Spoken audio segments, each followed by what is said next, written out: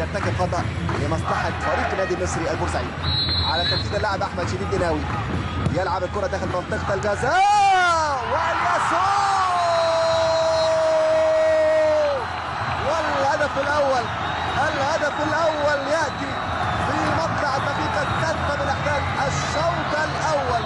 بالفعل هنا ضربة رأس لدى اللاعب صاحب القميص رقم 29، ليس هو الياس، ولكن هنا الفرحة الكبيرة لجماهير النادي المصري وعشاق المصري البورسعيدي برأسية كولوبالي المالي يأتي بأحسن الأماني في مطلع الشوط الأول. هدف غالي في خروج خاطئ للحارس أحمد سعد يكلفه الكثير. هنا الكرة وهنا الإعادة وتأتي الإفادة وضربة رأس تعرف الإجادة، وبالفعل هنا الشباك تبحث عن الحبيب، ورأسية كولوبالي المالي تجيب وتكون هل من مستجيب.